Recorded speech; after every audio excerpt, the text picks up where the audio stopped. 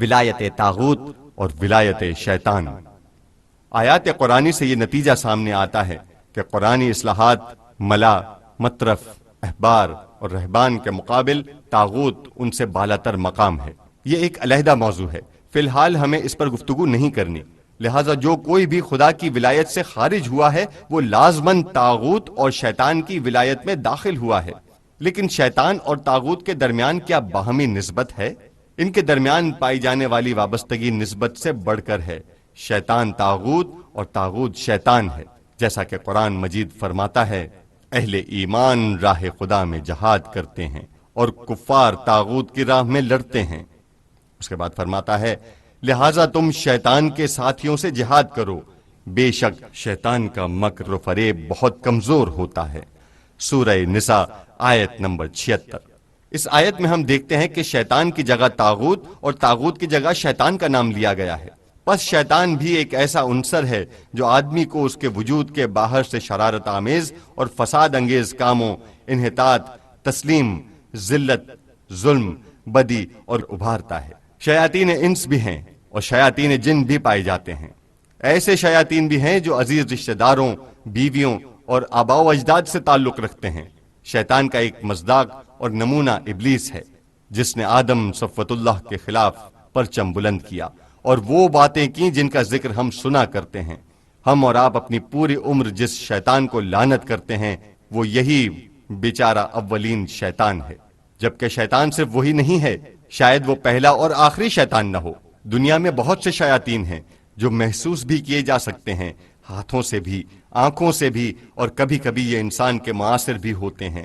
مجموعی طور پر ولایت الہی کے سوا ہر ولایت شیطانی اور طاغوتی ولایت ہے۔ ایک ایسا شخص جو حقیقی ولی کی حاکمیت میں زندگی بسر نہیں کرتا، اسے یہ بات پتہ ہونی چاہیے کہ پھر وہ طاغوت اور شیطان کی حاکمیت میں زندگی گزار رہا ہے۔ ممکن ہے آپ پوچھیں کہ شیطان اور طاغوت کی حاکمیت میں زندگی بسر کرنے اور اس کے احکام و فرامین پر سر جھکا دینے میں کیا خرابی ہے؟ یہ بھی آیات میں پیش نظر نکات میں سے ایک نکتہ ہے۔ قرآن مجید اس بارے میں ہمیں چند جواب دیتا ہے۔ پہلا جواب یہ ہے کہ اگر آپ نے شیطان کی ولایت قبول کی تو شیطان آپ کے وجود میں پائی جانے والی تمام تعمیری، تخلیقی اور مفید قوتوں پر مسلط ہو جائے گا۔ اگر آپ نے شوق و رغبت کے ساتھ شیطان اور طاغوت کی حاکمیت کا طوق اپنے گلے میں پہن لیا تو پھر آپ اس سے نجات حاصل نہ کر سکیں گے، چاہے آپ کے وجود میں کتنی ہی تعمیری اور تخلیقی قوتیں اور صلاحیتیں پائی جاتی ہوں۔ آپ پر طاغوت اور شیطان قابض ہو جائے گا، اور جب آپ کا پورا وجود اس کا قبضے میں چلا جائے گا تو وہ آپ کو اس راستے پر جس پر وہ چاہتا ہے اور اس وسیلے سے جو اسے پسند ہے کھینچے لیے جائے گا۔ اور ظاہر ہے کہ شیطان اور طاغوت انسان کی رہنمائی نور، معرفت، آسائش، رفاہ اور معنویت کی جانب نہیں کرے گا۔ اس کے لیے یہ چیزیں ہدف اور مقصد کی حیثیت نہیں رکھتی، بلکہ شیطان اور طاغوت کے لیے اس کے شخصی اور ذاتی مفادات اولین ہدف اور مقصد ہیں، اور وہ ان کا حصول چاہتا ہے۔ پس وہ آپ کو اپنے ذاتی مفادات کے لیے استعمال کرے گا۔ اگر آپ ہمارے عرض کیے ہوئے ان چند جملوں پر غور کریں تو دیکھیں گے کہ ان تمام جملوں کے بین السطور میں ایک مفہوم پوشیدہ ہے جس کی تاریخی حقائق سے تصدیق ہوتی ہے۔ اگر آپ نے طاغوت کی ولایت قبول کر لی تو آپ کی تمام قوتیں اور تخلیقی صلاحیتیں طاغوت کے قبضے میں چلی جائیں گی، اور اس صورت میں پھر وہ آپ کے کسی کام کی نہیں رہیں گی۔ شیطان کے پیش نظر خود اس کی اپنی ذات اور اپنے مفادات ہوتے ہیں۔ اگر آپ اس کی راہ پر چل پڑے تو وہ آپ کو اپنے فوائد اور مفادات کی بھینٹ چڑھا دے گا اور گمراہی کی طرف کھینچ لے جائے گا۔ قدرت و طاقت اس کے اختیار میں ہے، اور کیونکہ آپ نے اپنے آپ کو اس کے سپرد کر دیا ہوگا لہٰذا وہ اپنی مرضی اور خواہش کے مطابق آپ کو لیے پھرے گا۔ دوست نے میری گردن میں ایک توق ڈال دیا ہے، اور جہاں اس کا دل چاہتا ہے مجھے گھسیٹے پھرتا ہے۔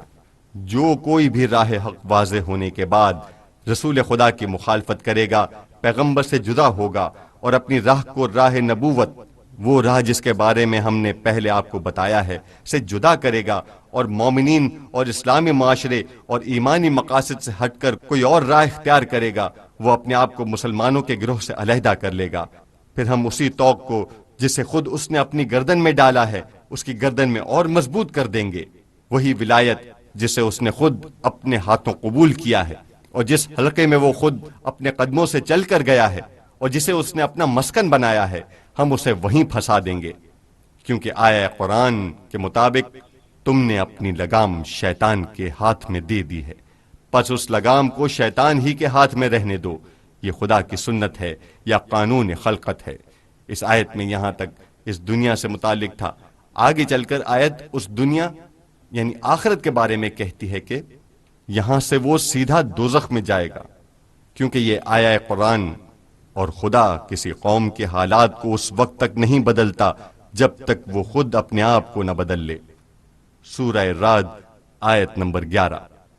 اس آیت کے مطابق تم نے اپنی لگام شیطان کے ہاتھ میں دے دی ہے، پس اس لگام کو شیطان ہی کے ہاتھ میں رہنے دو، یہ خدا کی سنت ہے یا قانون خلقت ہے۔ اس آیت میں یہاں تک اس دنیا سے متعلق تھا۔ آگے چل کر آیت اس دنیا یعنی آخرت کے بارے میں کہتی ہے کہ اور اسے جہنم میں جھونک دیں گے جو بدترین ٹھکانہ ہے۔ سورہ نساء آیت 115۔ یہاں سے وہ سیدھا دوزخ میں جائے گا اور پروردگار کے قہر اور خدا کے دائمی عذاب کا مزہ چکھے گا۔ جب انسان تاریخ پر نظر دوڑاتا ہے تو دیکھتا ہے کہ بالکل ایسا ہی ہے۔ یہ بات بہت اہم اور انتہائی اہم ترین اجتماعی مسائل میں سے ہے۔ ان مسائل پر قرآن کے نقطہ نظر کے بارے میں ہمارا کام بہت کم ہے اور ہم نے انہیں اس تاریخ اسلام سے بہت کم منطبق کیا ہے۔ کتنا اچھا ہو اگر قرآن کریم سے شغف رکھنے والے اور اجتماعی مسائل اور خصوصاً قرآن کے تاریخی مسائل میں غور و فکر کرنے والے افراد ان مسائل میں زیادہ سے زیادہ غور و خوض کریں اور انہیں تاریخی حقائق پر منطبق کریں۔ اس آیت کی تفسیر واضح کرنے کی غرض سے آج ہم آپ کے سامنے کچھ تاریخ بیان کرنا چاہتے ہیں۔ کوفی معاشرے کا جائزہ۔ کوفہ کا شمار تاریخ اسلام کے انتہائی عجیب شہروں میں ہوتا ہے۔ آپ کے ذہن میں کوفہ سے متعلق کئی قسم کی باتیں ہوں گی۔ جو کچھ ہم بیان کریں گے وہ کوئی نئی بات نہیں ہے۔ کوفہ وہ شہر ہے جسے امیر المومنین حضرت علی علیہ السلام نے اپنے دارالخلافہ کے لیے منتخب کیا، جبکہ اس زمانے کی عظیم اسلامی مملکت میں اور دوسرے شہر بھی موجود تھے۔ یہ کوفہ کا ایک امتیاز ہے۔ اس شہر کا دوسرا امتیاز یہ ہے کہ اہل کوفہ نے امیر المومنین کا ساتھ دیتے ہوئے متعدد جنگوں میں آپ کے ہمراہ شرکت کی۔ یہ جنگ جمل میں شامل رہے، جنگ نہروان میں حصہ لیا، جنگ صفین میں بھی کوفہ کے اطراف کے قبائل، یہاں کے جنگجو افراد اور بعض دوسرے قبائل شامل تھے۔ پھر یہی کوفی تھے جن سے امیر المومنین شکوہ کیا کرتے تھے۔ آپ ان سے گلہ کیا کرتے تھے کہ جب میں تم سے جنگ کے لیے نکلنے کو کہتا ہوں تو تم کیوں نہیں نکلتے؟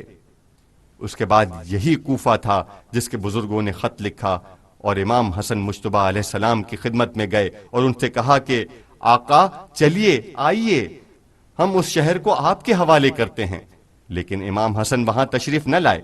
پھر یہی شہر تھا جس کی ممتاز شخصیات نے حسین ابن علی علیہ السلام کے نام خط لکھا کہ ہمارا کوئی امام اور پیشوا نہیں ہے، ہمارا کوئی حاکم و رہنما نہیں ہے، اب جب کہ خدا نے اس طاغوت کو نابود کر دیا ہے آپ چلے آئیے۔ سلیمان ابن سرد، حبیب ابن مظاہر، مسلم ابن اوسجہ وغیرہ جیسے لوگ سچ کہہ رہے تھے۔ پھر یہی اہل کوفہ تھے جو انتہائی غیر مساوی جنگ میں حسین ابن علی کے مقابل صف آرا ہو گئے اور کربلا کا المیہ وجود میں آیا۔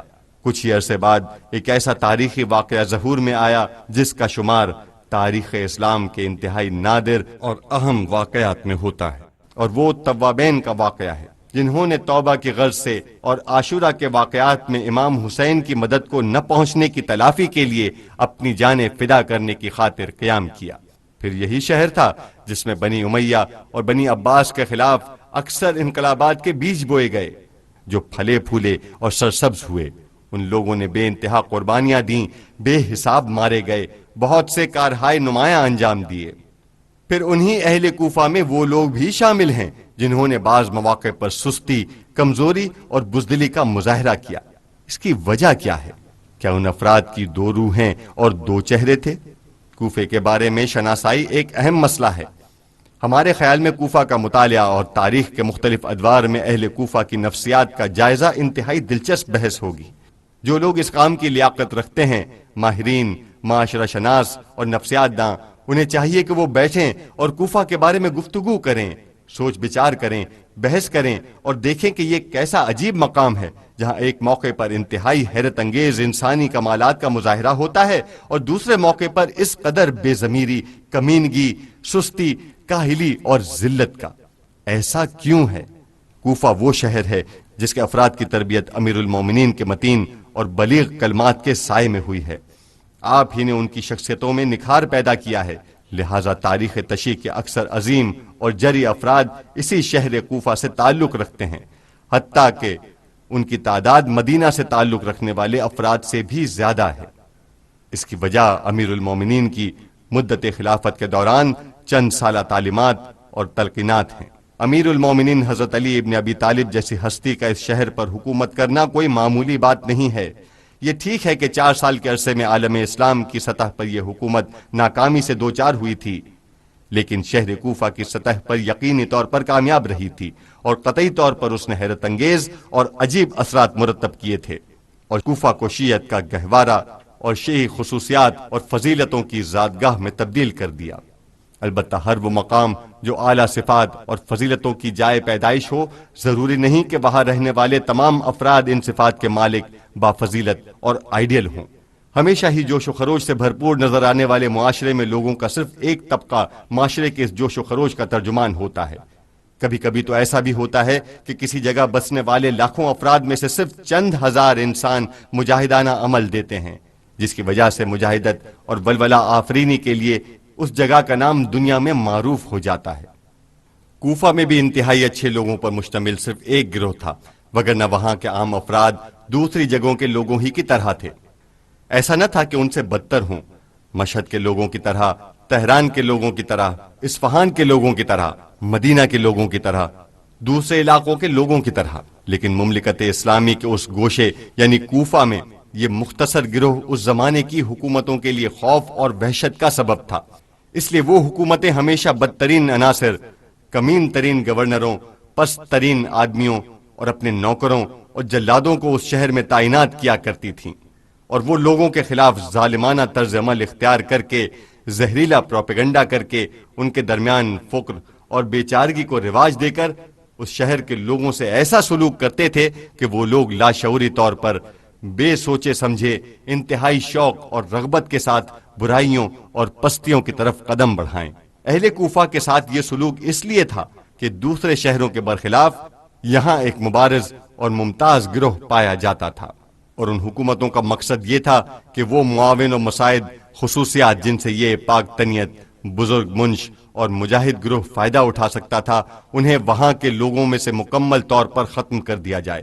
لہٰذا وہ زہریلا پروپیگنڈا کیا کرتے تھے، لوگوں کو دباؤ اور گھٹن کے ماحول میں رکھتے تھے، انہیں دنیاوی اعتبار سے کمزور کرتے تھے، مختصر یہ کہ طرح طرح کے ذرائع اختیار کر کے شہر کوفہ کے لوگوں پر دباؤ ڈالتے تھے۔ دوسرے شہروں کے یہ حالات نہ تھے، اور یہی وجہ تھی کہ ظلم و جابر اور فریب کار حکومتوں کی سرگرمیوں کے زیر اثر کوفہ سے تعلق رکھنے والے عوام الناس کے ہاتھوں ناشائستہ اعمال انجام پاتے تھے۔ البتہ ان برائیوں کی بنیاد یہ نہیں تھی کہ اس شہر کے لوگ ہی برے تھے۔ بہرحال یہ کوفہ کے بارے میں ایک مختصر وضاحت تھی۔ اگر کچھ لوگ اس کی تاریخ کا مطالعہ کریں اور ان پر سوچ بچار کریں تو بہت سی دلچسپ چیزیں ان کے علم میں آئیں گی۔ اموی خلیفہ عبد الملک بن مروان جانتا تھا کہ کوفہ کے انقلابی اور جنگجو لوگوں سے حجاج بن یوسف کے سوا کوئی اور نہیں نمٹ سکتا، لہٰذا اس نے اپنے جلاد ترین اور پست ترین نوکر حجاج بن یوسف کو کوفہ کا گورنر مقرر کیا۔ حجاج بن یوسف آدھی رات کے وقت شمشیر زن افراد کے ساتھ ایک گروہ کے ساتھ کوفہ میں داخل ہوا، کسی کو اس کی آمد کی خبر تک نہ ہو سکی۔ کوفہ کے لوگوں نے اپنے سابقہ حاکم کو بظاہر کوفہ سے باہر نکال دیا تھا یا اسے عضو معطل بنا دیا تھا۔ حجاج آدھی رات کے وقت کوفہ میں داخل ہوا اور فوراً مسجد کا رخ کیا۔ اس آدھی رات کے وقت مسجد میں نمازیوں، تہجد گزاروں اور مقدس افراد کے زمزمے سنائی دے رہے تھے۔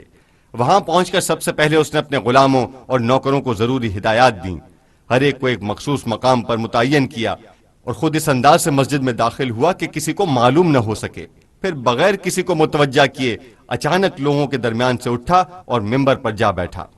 کیونکہ مسجد کوفہ بہت بڑی ہے اس لیے پہلے تو لوگ متوجہ ہی نہ ہوئے، لیکن رفتہ رفتہ بعض لوگوں نے دیکھا کہ عجیب حالت بنائے ایک شخص خاموشی کے ساتھ ممبر پر بیٹھا ہوا ہے۔ اس موقع پر حجاج نے سر پر سرخ رنگ کی پگڑی باندھ رکھی تھی اور اس کا ایک سرا کھول کر اسے ڈھاٹے کی سی صورت میں ناک تک لپیٹ رکھا تھا۔ اس حالت میں اس کی صرف آنکھیں نظر آ رہی تھیں اور وہ ایک عجیب سی چیز لگ رہا تھا۔ تصور کیجئے، تلوار سے مسلح ایک شخص سرخ رنگ کی عبا اور پگڑی پہنے ہوئے اس انداز سے مسجد کوفہ کے ممبر پر خاموش بیٹھا ہے۔ اچانک ایک شخص سر اٹھاتا ہے تو اس کی نظر اس فرد پر پڑتی ہے جو اس عجیب و غریب صورت سے ممبر پر بیٹھا ہوا ہے۔ وہ شخص اپنے قریب بیٹھے ہوئے آدمی سے پوچھتا ہے، یہ کون ہے؟ رفتہ رفتہ وہاں موجود ہر فرد ایک دوسرے سے یہی سوال کرتا ہے۔ آخر تمام لوگوں کی سرگوشیاں جو علیحدہ علیحدہ ایک دوسرے سے سوال کر رہے تھے گونجنے لگتی ہیں، ان کی توجہ مبذول ہونے لگتی ہے اور وہ ممبر کی طرف دیکھنے لگتے ہیں۔ ذرا غور کیجئے، آیت قرآن کیا کہہ رہی ہے؟ نولہ ما تولی، وہ شخص جو ایمان اور مومنین کی راہ سے ہٹے گا ہم اس کی گردن میں پڑے توق کو اور مضبوطی سے کس دیں گے۔ تم جو مسلمان تھے اور تم نے دیکھا کہ تمہاری مسجد کے ممبر پر ایک ایسا آدمی بیٹھا ہوا ہے جسے تم نہیں جانتے، آخر تم کیوں یہ دیکھنے کے باوجود خاموش بیٹھے رہے؟ تمہیں چاہیے تھا کہ قریب جا کر اس سے پوچھتے کہ تم کون ہو، اپنا تعارف کراؤ۔ اسی طرح دوسرا آدمی، تیسرا آدمی کرتا۔ اگر تمام لوگ اسے یہ سوال کرتے تو صورتحال بدل جاتی، لیکن ان لوگوں نے سستی کا مظاہرہ کیا، بے حوصلہ ہونے اور بزدلی کا مظاہرہ کیا اور اس انتظار میں بیٹھے رہے کہ وہ خود کوئی گفتگو کرے۔ جب حجاج نے دیکھا کہ تمام افراد کا رخ اسی کی طرف ہے تو بولا، میرا خیال ہے کہ اہل کوفہ مجھے پہچانتے نہیں ہیں۔ لوگ ایک دوسرے کی طرف دیکھنے لگے جس سے صاف ظاہر تھا کہ وہ اسے نہیں پہچانتے۔ حجاج نے کہا، چلو میں خود تم سے اپنا تعارف کرائے دیتا ہوں۔ اس نے اپنے سر سے پگڑی اتاری، ڈھاٹے کو بھی ہٹایا، لوگوں پر ایک نگاہ ڈالی اور ایک عربی شعر پڑھا جس کا ترجمہ یہ ہے، جب میں اپنی پگڑی اتاروں گا تو تم مجھے پہچان لوگے۔ کیونکہ حجاج ایک مرتبہ پہلے بھی کوفہ آ چکا تھا، لہٰذا ایک دو افراد نے کہا کہ ہمارے خیال میں یہ حجاج ہے، اور پھر حجاج کی سرگوشیاں گونجنے لگیں۔ جب ان پر واضح ہو گیا کہ ان کے سامنے ممبر پر حجاج بیٹھا ہے تو وہ خوف اور دہشت کا شکار ہو گئے۔ یہ دیکھ کر حجاج نے کہا، ہاں تم لوگوں نے صحیح پہچانا، میں حجاج ہوں۔ لوگوں پر روب طاری ہو گیا۔ ان میں سے کسی ایک نے بھی یہ نہ سوچا کہ حجاج میری ہی طرح کا ایک انسان ہے، بس فرق یہ ہے کہ وہ اوپر جا بیٹھا ہے اور میں نیچے ہوں، جو کچھ اس کے پاس ہے وہ میرے پاس بھی ہے۔ لوگ بزدلی کا شکار ہو گئے۔ حجاج نے کہا، اے اہل کوفہ، میں تمہاری گردنوں پر ایسے سر دیکھ رہا ہوں جن کے پکے ہوئے پھلوں کی طرح اتارے جانے کا وقت آ گیا ہے۔ میں دیکھ رہا ہوں کہ ان تنوں سے کچھ سر جدا ہو جانے چاہیے۔ لوگ یہ کھوکھلی باتیں سن کر مزید مروب ہو گئے۔ آخر حجاج ایٹم بم لے کر تو کوفہ نہیں آیا تھا، اگر اس کے پاس ایٹم بم ہوتا بھی تو وہ اسے پھاڑ تو نہ سکتا تھا، کیونکہ اگر وہ اسے پھاڑتا تو کوئی بھی باقی نہ بچتا جس پر وہ حکومت کرے۔ ضروری تھا کہ کچھ لوگ زندہ رہیں، سب کو تو نہیں مار ڈالتا۔ اگر وہ سب کو مار ڈالتا تو پھر حکومت کس پر کرتا؟ در و دیوار پر تو حکومت نہیں ہو سکتی۔ لیکن لوگوں نے یہ بات نہیں سوچی۔ حجاج یہ جملہ کہنے کے بعد کہ میں دیکھ رہا ہوں کہ گردنوں پر موجود کچھ سروں کو اتار لینے اور انہیں تن سے جدا کر دینے کا وقت آ پہنچا ہے، بولا، اب میں فیصلہ کروں گا کہ کس کا سر اتارنا چاہیے۔ اس نے اپنے غلام کو آواز دی، اس کا غلام کھڑا ہوا۔ حجاج نے کہا کہ ان لوگوں کو امیر المومنین کا خط پڑھ کر سناؤ۔ آپ جانتے ہیں کہ اس نے عبد الملک بن مروان کو امیر المومنین کہا تھا۔ غلام نے عبد الملک بن مروان کا خط کھولا اور اسے پڑھنے کی تیاری کرنے لگا۔ اس خط کا آغاز اس جملے سے ہوا تھا، بسم اللہ الرحمن الرحیم، امیر المومنین عبد الملک بن مروان کی جانب سے اہل کوفہ کے لیے، اے اہل کوفہ تم پر سلام ہو۔ جب غلام یہاں تک پڑھ چکا تو اچانک حجاج نے اس کی طرف رخ کیا اور کہا، خاموش ہو جاؤ، چپ ہو جاؤ۔ اس کے بعد اس نے اہل کوفہ کو مخاطب کیا اور کہا، تم بہت بد تہذیب ہو گئے ہو، امیر المومنین تمہیں سلام کرتے ہیں اور تم ان کے سلام کا جواب نہیں دیتے۔ غلام دوبارہ پڑھو۔ غلام نے دوبارہ پڑھنا شروع کیا، بسم اللہ الرحمن الرحیم، امیر المومنین عبد الملک بن مروان کی جانب سے اہل کوفہ کے لیے، اے اہل کوفہ تم پر سلام ہو۔ یہ سنتے ہی پوری مسجد سے صدا بلند ہوئی، وعلی امیر المومنین سلام۔ سلام کا یہ جواب سن کر حجاج کے لبوں پر پسندیدگی کے اظہار سے بھرپور ایک مسکراہٹ نمودار ہوئی، اور اس نے دل میں کہا کہ بس کام ہو گیا۔ اور واقعاً اہل کوفہ کا کام تمام ہو گیا۔ انہوں نے امیر المومنین کے سلام کا جواب دیا، جو در حقیقت امیر الکافرین اور امیر الفاسقین تھا، یعنی ان لوگوں نے حجاج کو قبول کر کے دراصل اپنا کام تمام کر لیا۔ اب جب کہ تم نے اس کے سلام کا جواب دے دیا اور اس کی تائید کر دی تو حجاج تمہارا حکمراں ہوا، تم نے حجاج کے لیے دروازہ کھول دیا ہے۔ خدا تو معجزے کے ذریعے حجاج کو ختم کر کے اس کی جگہ امام زین العابدین کو نہیں بٹھائے گا۔ اب حجاج تمہارا حکمراں ہوا، اور جب تک تم حجاج سے نفرت کا اظہار کر کے اسے حکمرانی سے بے دخل نہ کر دو، اس وقت تک تمہاری پوری زندگی، سوچ اور روح حجاج کے اختیار میں رہے گی۔ یہ کائنات کی سنت ہے، یہ سنت تاریخ ہے۔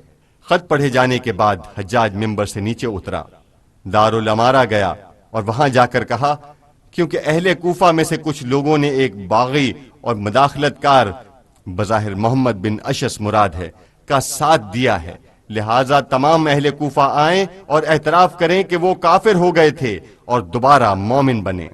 تمام اہل کوفہ یعنی ہوا کے رخ پر چلنے والے تمام عوام الناس، وگرنہ یقینی طور پر ایسے خواص بھی تھے جو ایسا کرنے پر تیار نہیں ہوئے۔ ان میں سے کچھ لوگ گھروں میں ہی رہے، کچھ نے تلواریں کھینچ لیں یا دوسرے طریقے اختیار کیے۔ گروہ در گروہ اپنے کفر کا اقرار کرنے کے لیے دارالامارہ کی طرف چل پڑے۔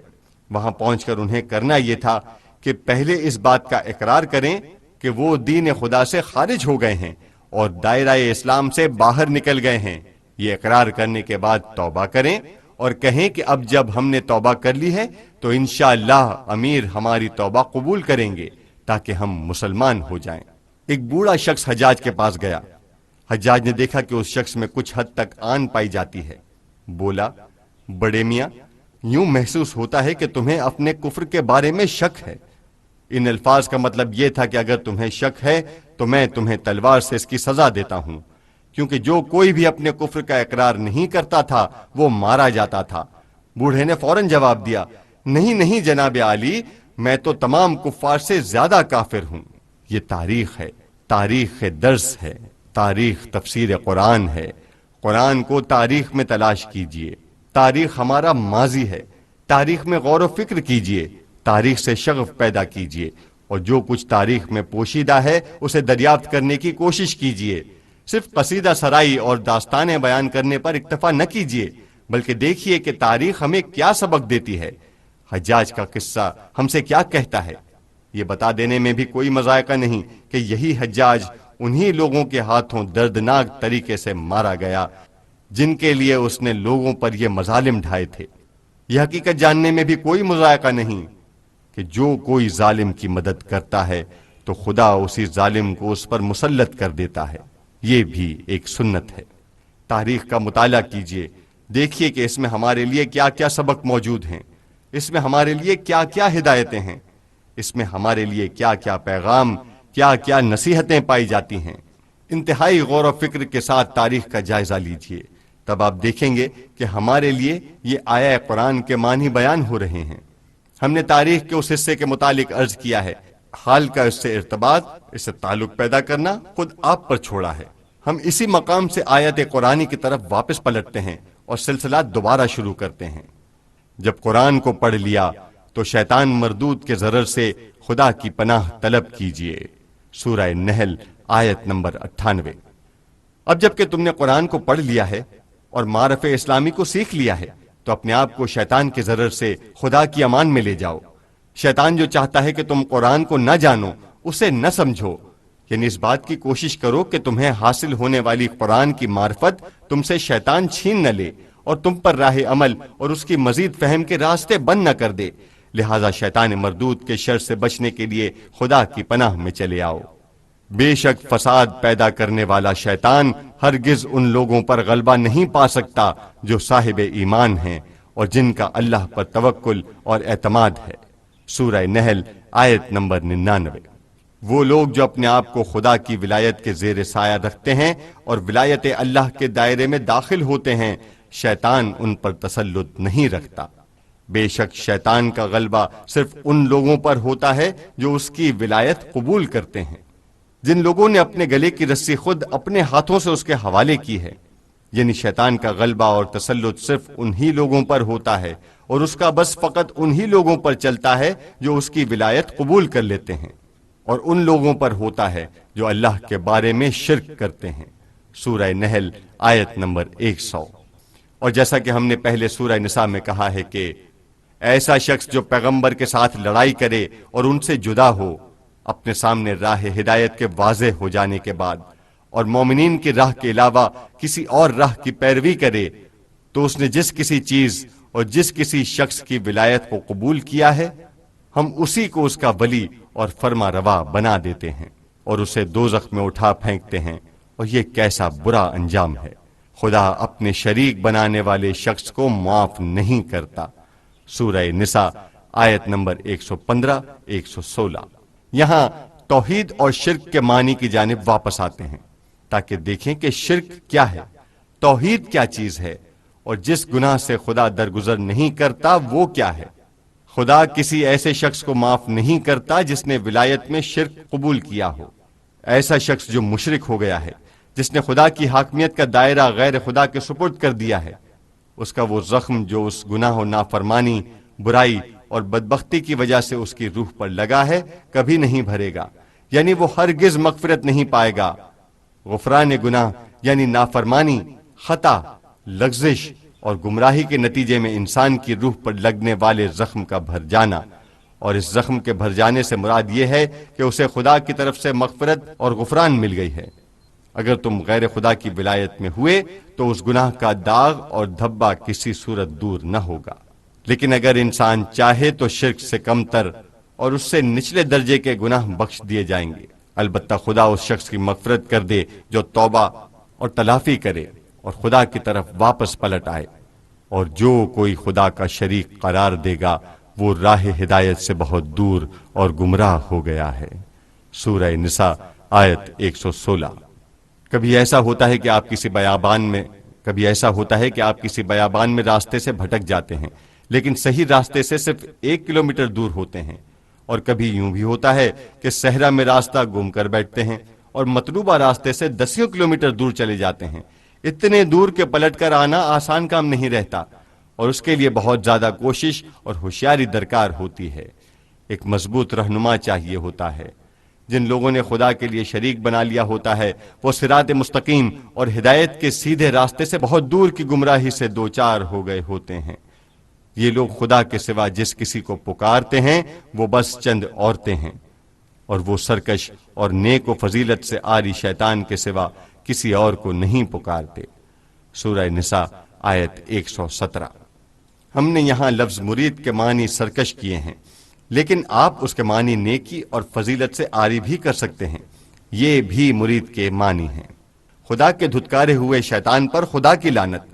ابتدا ہی سے اس نے خدا کی مخالفت کا عہد کیا ہوا ہے، اور بنیادی طور پر طبعی اور خصلتی اعتبار سے خدا اور شیطان کے درمیان صلح و آشتی ہو ہی نہیں سکتی۔ اس مقام پر قرآن مجید شیطان صفت افراد اور دنیا کے شیاطین کی خصلت اور طبیعت کو بیان کرتا ہے۔ شیطان نے عہد کیا ہے اور کہا ہے کہ میں بندگان خدا میں سے ایک خاص حصے کو اپنا طرفدار بنا لوں گا، یعنی کچھ بندوں کو راہ راست سے گمراہی کی طرف کھینچ کر لے جاؤں گا، ان کی عقل سلب کر لوں گا، ان کی بصیرت زائل کر دوں گا، انہیں تیری ولایت کی بجائے اپنی ولایت اور فرما روائی میں لے آؤں گا، انہیں شدت کے ساتھ دور دراز آرزوؤں اور تمناؤں کا اسیر کر دوں گا۔ ذرا غور فرمائیے، اس کلمے میں دور دراز آرزویں اور وہ تمام چیزیں شامل ہیں جو انسان کو راہ خدا میں ہر قسم کی جد و جہد سے روک لیتی ہیں۔ 10 سال مزید خوشی، راحت اور آسائش کے ساتھ زندگی گزارنے کی آرزو، بڑے بیٹے کو دولہا بنانے کی آرزو، اپنی بچیوں کو دلہن بنا کر دیکھنے کی آرزو، اس چھوٹے گھر اور چھوٹی دکان کو بڑا کرنے کی آرزو، فلاں ادارے اور تنظیم کا سربراہ اور صدر بننے کی آرزو، فلاں مقدار میں روپیہ کما لینے کی آرزو، اپنے بیٹے کو انجینئر دیکھنے کی آرزو، دور دراز آرزویں اور ایسی تمنائیں جن کے بوجھ سے انسان کی گردن جھک جاتی ہے، جو انسان کے گھٹنے ٹکا دیتی ہیں، جن کے سامنے انسان بے بس ہو جاتا ہے۔ اگر آپ ان آرزوؤں کی تڑپ اپنے دل سے نکال دیں تو ایک عمر آزاد رہیں گے، آزادی کے ساتھ زندگی بسر کریں گے اور اپنے آپ کو کسی قید و بند کا اسیر محسوس نہیں کریں گے۔ لہذا شیطان کہتا ہے انہیں دور دراز آرزوؤں کا اسیر کر دوں گا، انہیں حکم دوں گا کہ وہ جانوروں کے کان کاٹ ڈالیں۔ یہ جاہلیت کی غلط سنتوں میں سے ایک سنت کی جانب اشارہ ہے۔ البتہ ممکن ہے اس جملے میں ایک بڑا راز اور رمز پوشیدہ ہو جس پر حقیر نے بہت زیادہ کام نہیں کیا ہے، اور اس بارے میں جو کچھ کہا گیا ہے اسے دیکھنے کا موقع بھی نہیں ملا ہے۔ ظاہراً مسئلہ یہ ہے کہ پیغمبر اسلام صلی اللہ علیہ وآلہ وسلم کے زمانے میں جاہلی سنت میں یہ دستور تھا کہ وہ لوگ جانوروں کے کان کاٹتے تھے، ان میں سوراخ کرتے تھے تاکہ اس کے ذریعے سے رزق، برکت اور سلامتی حاصل کریں۔ یہ زمانہ جاہلیت کی سنت تھی۔ قرآن مجید غیر الہی سنتوں، افکار، طریقوں اور رسموں کی علامت کے طور پر اس کا ذکر کرتا ہے۔ دیکھیے کس قدر مضحکہ خیز اور کھوکھلی بات ہے۔ بنیادی طور پر شیطانی سنتیں سب کی سب اسی کی طرح کی ہیں۔ قرآن کریم شیطان کی گفتگو کو آگے بڑھاتے ہوئے کہتا ہے کہ وہ لوگ جو میرے حکم کے تابع ہیں میں انہیں حکم دوں گا کہ وہ الہی خلقت، فطرت اور سرشت میں رد و بدل کریں، اور جن لوگوں کو میں تیری حکومت اور ولایت کے علاقے سے شکار کر کے اپنی ولایت کے ویرانے میں لے آؤں گا اور انہیں حکم دوں گا اور انہیں اکساؤں گا کہ وہ خلقت اور فطرت الہی کو ترک کر دیں اور جس راہ عمل کو تو نے ان کے لیے مقرر کیا ہے اس سے دور ہو جائیں، میں ان کے لیے خلاف فطرت قانون بناؤں گا اور ان کے سامنے خلاف فطرت راستہ رکھوں گا، ایک ایسا راستہ جو انہیں انسان کی فطری منزل کے سوا کسی اور منزل پر پہنچاتا ہے۔ میں انہیں حکم دوں گا کہ وہ خدا کی خلقت، آفرینش اور فطرت کو بدل دیں۔ یہ خدا کے ساتھ شیطان کا عہد ہے۔ اس عہد سے خدا سے اس کی ضد اور خدا سے اس کی عناد ظاہر ہوتی ہے۔ تمام شیطانوں کا لائحہ عمل اور اسکیم یہی ہے۔ دنیا کے تمام شیطان یہی کرتے ہیں۔ یہ بات ذہن نشین رکھیے کہ اگر لوگ خدا داد فطرت اور سرشت کے مطابق زندگی بسر کرنا چاہیں تو شیطان ان کی راہ میں نہیں آئے گا، بلکہ وہ ان لوگوں کو فطرت اور سرشت الہی سے دور کرتا ہے جو اس کی ولایت اور تسلط کو قبول کر لیتے ہیں، کیونکہ بغیر اس کے اس کا بس نہیں چلتا، اس کا کام آگے نہیں بڑھتا اور اس کی شیطانیت بیکار ہو جاتی ہے۔ لہٰذا اس کے بعد خدا ہمیں اور آپ کو مخاطب کر کے فرماتا ہے، جو کوئی خدا کی بجائے شیطان کی ولایت قبول کرے گا وہ کھلے نقصان میں رہے گا۔ شیطان ان سے وعدہ کرتا ہے اور انہیں دور دراز آرزوؤں اور تمناؤں میں مبتلا کرتا ہے، اور شیطان جو بھی وعدے کرتا ہے وہ دھوکے، فریب اور جھوٹ کے سوا کچھ نہیں ہوتے۔ سورہ نساء آیت 118 سے 120۔ چھٹی تقریر، ولایت اور ہجرت۔ ہجرت کا شمار ان مسائل میں ہوتا ہے جو ولایت کے بارے میں ہمارے پیش کردہ وسیع مفہوم کے ساتھ تعلق رکھتے ہیں۔ پچھلی تقاریر میں ہم نے عرض کیا تھا کہ ولایت کے معنی ہیں مومنین کی صف میں موجود عناصر کے مابین مضبوط اور مستحکم باہمی رابطے کا قیام، مومن اور غیر مومن صفوں کے درمیان ہر قسم کی وابستگی کا خاتمہ، اور بعد کے مراحل میں مومنین کے صف کے تمام افراد کا اس مرکزی نقطے اور متحرک قوت یعنی ولی، حاکم اور امام سے انتہائی مضبوط اور قوی ارتباط جس کے ذمہ اسلامی معاشرے کی تنظیم و تشکیل ہے۔ ہم نے اس بارے میں بھی گفتگو کی تھی کہ کون اشخاص اسلامی معاشرے کے ولی اور حاکم ہو سکتے ہیں، اور اس کا جواب قرآن کریم سے حاصل کیا تھا جو کہتا ہے کہ تمہارا ولی امر صرف خدا، اس کا رسول اور وہ مومنین ہیں جو نماز قائم کرتے ہیں اور حالت رکوع میں زکوٰۃ دیتے ہیں۔ سورہ مائدہ آیت 55۔ اور اس آیت کے حوالے سے ہم نے امیر المومنین صلوات اللہ علیہ کے قصے کی جانب اشارہ کیا تھا۔ اگر ہم ولایت کو اس وسعت کے ساتھ سمجھیں اور اسے فروعی اور دوسرے درجے کا مسئلہ قرار دے کر چھوڑ نہ دیں تو ولایت قبول کرنے کے بعد جن چیزوں کا سامنا ہو سکتا ہے ان میں سے ایک چیز ہجرت بھی ہے، کیونکہ اگر ہم نے خدا کی ولایت کو قبول کیا اور اس بات کو مان لیا کہ انسان کی تمام جسمانی، فکری اور روحانی قوتوں اور صلاحیتوں کو ولی الہی کی مرضی اور منشا کے مطابق استعمال ہونا چاہیے، مختصر یہ کہ انسان کو اپنے وجود کے تمام عناصر کے ساتھ بندہ خدا ہونا چاہیے نہ کہ بندہ طاغوت، تو لا محالہ ہمیں یہ بات بھی قبول کرنی پڑے گی کہ اگر کسی جگہ ہمارا وجود، ہماری ہستی اور ہماری تمام صلاحیتیں ولایت الہی کے تابع فرمان نہ ہوں بلکہ طاغوت اور شیطان کی ولایت کے زیر فرمان ہوں، تو خدا سے ہماری وابستگی اس بات کا تقاضا کرتی ہے کہ ہم اپنے آپ کو طاغوت کی قید و بند سے آزاد کرائیں اور ولایت الہی کے پربرکت اور مبارک سائے تلے چلے جائیں۔ ظالم حاکم کی ولایت سے نکل کر امام عادل کی ولایت میں داخل ہو جانے کا نام ہجرت ہے۔ آپ نے دیکھا کہ ہجرت ولایت سے منسلک مسائل میں سے ایک مسئلہ ہے۔ یہ وہ چوتھا نقطہ ہے جس پر ولایت کے بارے میں کی جانے والی ان تقاریر کے سلسلے میں ہم گفتگو کریں گے۔